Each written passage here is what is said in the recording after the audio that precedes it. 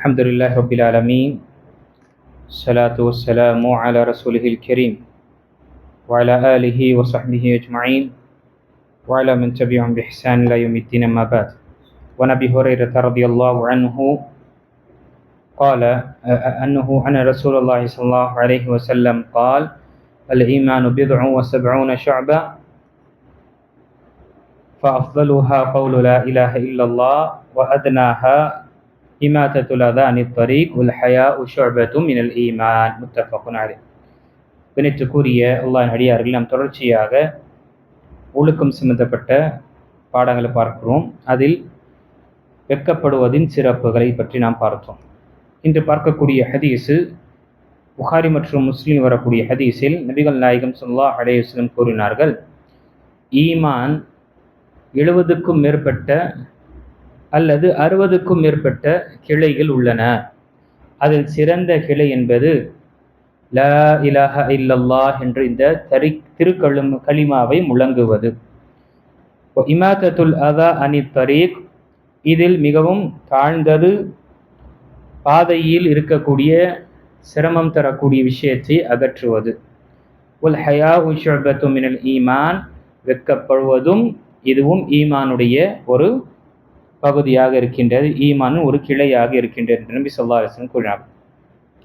இங்கு இந்த ஹதீஸில் நபிகள் நாயகம் ஸல்லல்லாஹு அலைஹி வஸல்லம் நமக்கு ஈமானுடைய கிளைகளை பற்றி கூறியிருக்கின்றார்கள். 70க்கும் மேற்பட்டதாக இருக்கின்றது. ஆனால் ஒவ்வொன்றாக நபி ஸல்லல்லாஹு அலைஹி வஸல்லம் இதை பதிவு செய்யவில்லை. ஏன் இந்த விஷயங்கள்? பொதுவாக நபி ஸல்லல்லாஹு அலைஹி வஸல்லம் சில எண்களை அவர்கள் கூறுவார்கள். எதற்காக? மனிதன், ஒரு முஃமின் அந்த அமல்களை தேடி செய்ய வேண்டும். அவனுடைய உள்ளத்தில் ஆர்வமும் அந்த தேடுதல் அவனுக்கு இருக்க வேண்டும் என்பதற்காக நபி ஸல்லல்லாஹு அலைஹி வஸல்லம் என்ன செய்கிறாங்க? இதை மாதிரி சில விஷயங்களை மறைத்து கூறுகின்றார்கள். இப்போ இந்த ஹதீஸில் நமக்கு 70க்கும் மேற்பட்ட கிளைகள், பிரான்ச்சஸ் இருக்கு என்று சொல்லும் பொழுது அதில் சில விஷயங்கள், 3 விஷயங்கள் இங்கு சொன்னார். மற்ற விஷயத்தை ஒரு முஃமின் என்பவன் அதை தேடி அமல் செய்து கொள்ள வேண்டும். அதனால தான் நம்ம நபி ஸல்லல்லாஹு அலைஹி வஸல்லமுடைய அஹதீஸ்களில் பார்க்கும் பொழுது சில விஷயங்கள் நபி ஸல்லல்லாஹு அலைஹி வஸல்லம் மறைத்தார்கள். எதற்காக? அதை தேடி மனிதன் அடைய வேண்டும் என்பதற்காக. லைலத்துல் கத்ருடைய இரவை நபிகள் நாயகம் ஸல்லல்லாஹு அலைஹி வஸல்லம் கடைசி 10 ஒற்றைப்படை இரவில் தேடிக்கொள்ளுங்கள் என்று நபி ஸல்லல்லாஹு அலைஹி வஸல்லம் கூறினார்கள். எதற்காக? அவன் அந்த கடைசி 10 நாட்களிலும் என்ன செய்யட்டும்? அவன் தேடிக்கொள்ளட்டும். இல்லை என்றால் ஒரே ஒரு நாள் என்று சொல்லப்பட்ட விட்டதென்றால் அவன் ஒரு நாள் மட்டும் செய்து விட்டு மற்ற நேரத்தெல்லாம் அவன் சோம்பேறித்தனமாக ஆகிவிடுவான். அதே போலதான் நபி ஸல்லல்லாஹு அலைஹி வஸல்லம் ஜுமாவுடைய நேரத்தில் ஒரு நேரம் உள்ளது. அந்த நேரத்தில் அடியான் கேட்கக்கூடிய துவா நிராகரிக்கப்படுவது கிடையாது என்று நபி ஸல்லல்லாஹு அலைஹி வஸல்லம் கூறினார். அப்போ அந்த நேரத்தை அடைந்தீர்கள் என்றால் நீங்கள் உங்களுடைய துவாவை கேட்டுக்கொள்ளுங்கள். அது பொதுவாக அசலிலிருந்து மக்ரிப் வரை என்ற அறிஞர்களுடைய கருத்தாக இருக்கின்றது. அதே போல இமாம் அவர்கள் ஜுமாவுடைய நாளில் ஏறி அவர்கள் இறங்கி தொழுகைக்கு இறங்கும் வரை அவர்களுக்கு அந்த இடைப்பட்ட நேரத்தில் கேட்கக்கூடிய துவாவும் சொல்லப்படுகின்றது. அப்போ இங்கேயும் என்ன, நபி ஸல்லல்லாஹு அலைஹி வஸல்லம் மறைத்திருக்கின்றார்கள், இதை தெரியப்படுத்தவில்லை. அப்போ இங்கு நபி ஸல்லல்லாஹு அலைஹி வஸல்லம் நமக்கு ஆர்வமூட்டி இருக்கின்றார்கள், நீங்கள் தேடி அமல் செய்து கொள்ளுங்கள். அடுத்ததாக நபி ஸல்லல்லாஹு அலைஹி வஸல்லம் கூறினார்கள், இதில் சிறந்தது அல்லது இதை உயர்ந்த ஒரு கிளை என்று பார்க்கும் பொழுது லா இலாஹ இல்லல்லாஹ் என்ற இந்த திருக்கலிமா தான். லா இலாஹ இல்லல்லாஹ் என்றால் என்ன அன்புக்குரியவர்களே அர்த்தம்? என்ன பொருள்? வணக்கத்திற்கு தகுதியானவன், வணக்கத்துக்குரியவன் அல்லாஹ்வை தவிர யாரும் இல்லை, எதுவும் இல்லை என்று நாம சான்று பகர்கின்றோம். பொதுவாக நம்முடைய இந்த கலிமாவை தமிழாக்கமோ அல்லது ஆங்கிலத்தில் மொழியாக்கம் செய்யும் பொழுதோ அல்லது உருதுவில் மொழியாக்கம் செய்யும் பொழுது தவறாக மொழியாக்கம் செய்யப்படுது. என்ன லா இலாஹ இல்லல்லாஹ் என்று கேட்கப்படும் பொழுது அல்லாஹ்வை தவிர வேறு இறைவன் இல்லை, அல்லாஹ்வை தவிர வேறு கடவுள் இல்லை என்று தமிழாக்கம் செய்யப்படுகின்றது. அதே போல இங்கிலீஷ்ல தர்ஜுமா அல்லது டிரான்ஸ்லேஷன் செய்யும் பொழுது there is no God but Allah என்ற தர்ஜுமா செய்யப்படுகின்றது. அதே போல உருதுவில் தர்ஜுமா செய்யும் பொழுது அல்லாஹ் கே அலாவா கோய் खुदा नहीं है இப்படி என்ற இந்த தர்ஜுமா மொழியாக்கம் செய்யப்படுகின்றது. இந்த 3 மொழியாக்கமும் தவறு. இந்த 3 மொழியாக்கத்தையும் நாம் ஏற்றுக்கொண்டோம் என்றால் என்ன அர்த்தம்? நம்முடைய தமிழ் மொழியை பார்த்துக் கொள்ளுங்கள். அல்லாஹை தவிர வேறு இறைவனும் அல்லது வேறு கடவுள் இல்லை என்றால் என்ன அர்த்தம்? வணங்கப்படக்கூடிய அனைத்துமே அல்லாஹை தான் வணங்குகின்றாள் என்ற அர்த்தம். இருக்கக்கூடிய இந்த பூமியில் அல்லாஹை தவிர வேறு இறைவன் இல்லை என்றால் சிலையாக இருக்கட்டும், சிற்பமாக இருக்கட்டும், கல்லாக இருக்கட்டும், மண்ணாக இருக்கட்டும், மட்டையாக இருக்கட்டும், கபராக இருக்கட்டும், எதையெல்லாம் மக்கள் வணங்குகின்றார்கள் எல்லாத்தையும் அல்லாஹை தான் வணங்குகின்றான் என்ற ஒரு விஷயம். ஏனென்றால் இருக்கக்கூடியது அல்லாஹை தவிர வேறு யாரும் இல்லை என்ற அந்த விஷயம். அதனாலதான் சொல்லப்படுகின்றது வணக்கத்திற்கு தகுதியானவன், வணக்க வழிபாடுக்கு உரிமையாளன் யார்? அல்லாஹ் மட்டும்தான். ஏனென்றால் அவன்தான் இந்த பிரபஞ்சத்தை படைத்தான், பரிபக்குவப்படுத்துகின்றான், ஆட்சி அமைக்கின்றான், நம்முடைய உயிருக்கு அவன்தான் அதிபதி.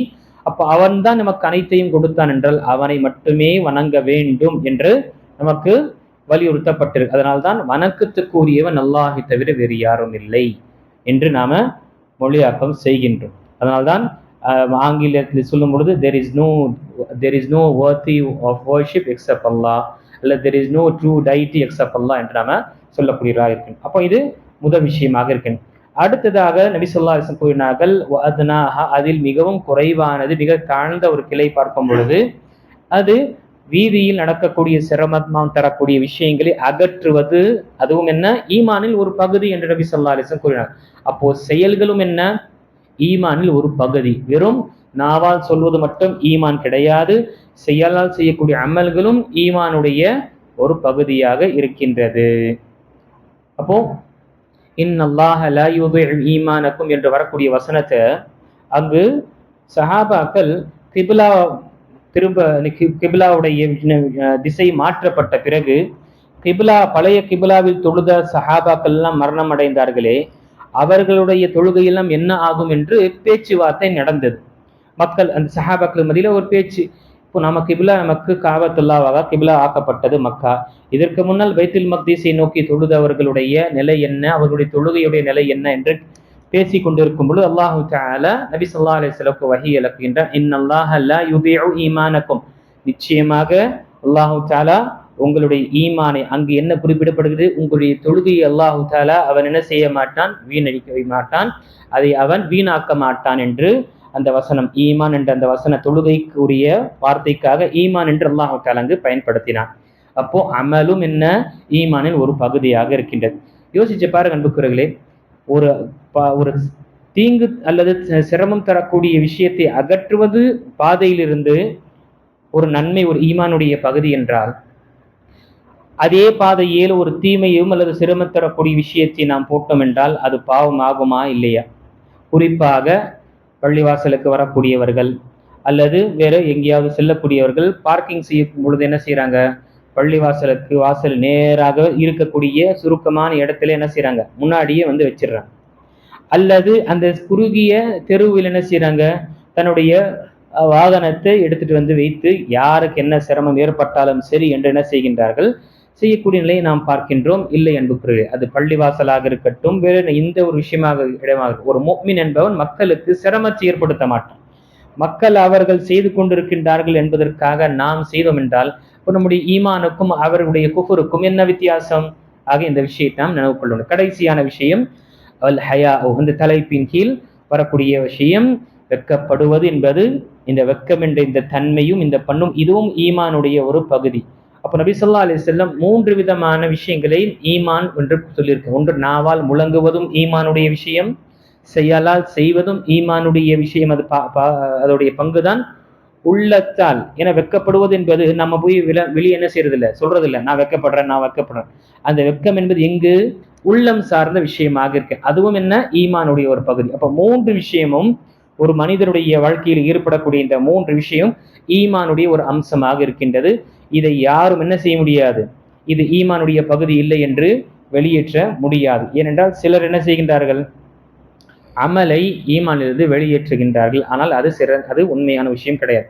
ஆக கண்ணியத்துக்குரிய அல்லாஹ் நடிகார்கள் சொல்லப்படக்கூடிய விஷயம், நம்முடைய இந்த ஈமான் என்பது இந்த ஹயா என்பது வெட்கப்படுவது என்பது வெறும் நற்பண்புகள் மட்டுமல்ல, இது நம்முடைய ஈமானின் ஒரு அம்சமாக இருக்கின்றது. அந்த விஷயத்தை நாம கவனமாக இருக்க வேண்டும். அதை நம்முடைய வாழ்க்கையில பேணுவதற்காக முயற்சி செய்ய வேண்டும். அல்லாஹு தஆலா சொல்லக்கூடியவனுக்கும் கேட்கக்கூடிய அனைவர்களுக்கும் அல்லாஹு தஆலா நமக்கு நற்பண்புகளை கொடுத்திருக்கின்றான். அதை நிலையாக நாம் தக்க வைத்துக் கொண்டு இன்னும் நல்ல பண்புகளை எடுத்துக்கொள்ளக்கூடியவர்களாக அல்லாஹ் நம்மை ஆக்கல்வானாக. ஈமானில் லா இலாஹ இல்லல்லாஹ் என்ற இந்த கலிமாவில் நிலையாக நம்மை அல்லாஹ் தஆலா ஹயாத்திலும் சரி நம்முடைய மௌத்திலும் சரி அல்லாஹ் தஆலா இதில் நிலையாக நம்மை வைப்பானாக. ஆமீன். வாஹிரு தஅவானா அல்ஹம்துலில்லாஹி ரப்பில் ஆலமீன்.